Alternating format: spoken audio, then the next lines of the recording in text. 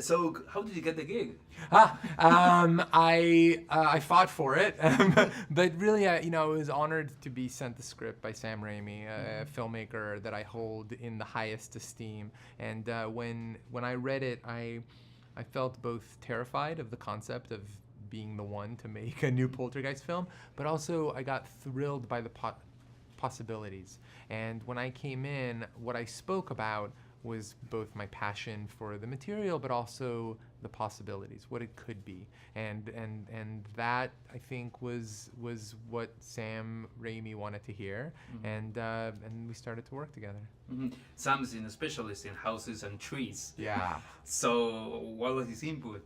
Well, I think that Sam was instrumental in supporting me in making the film. He's the one who sort of brought me into the studio, and every time I had a cut of the film, I would screen it for him. I have to say that there's no greater joy as a filmmaker than screening your film for Sam Raimi, because it's like every time you screen it, you get vocal yells, reactions. He sits at the edge of the seat. It feels like watching a movie play at a matinee when you were growing up. So it's a thrill. One of the greater things on the movie is the fluidity of the camera. Thank you. How do you move the camera? So that was I think it was on purpose, I guess. That, and what do you wanted to achieve with that?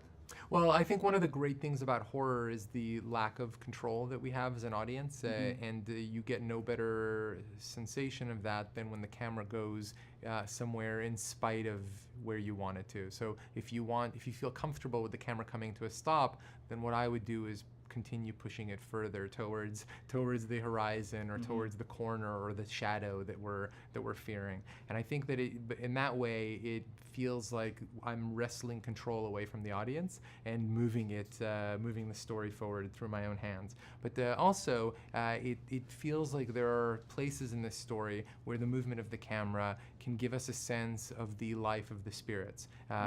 Their observational abilities in our house are very different from the normal kind of mannered composition and cuts that we're used to in film. And so being able to move through their house, to observe them, to haunt them, was part of the design of the camera work.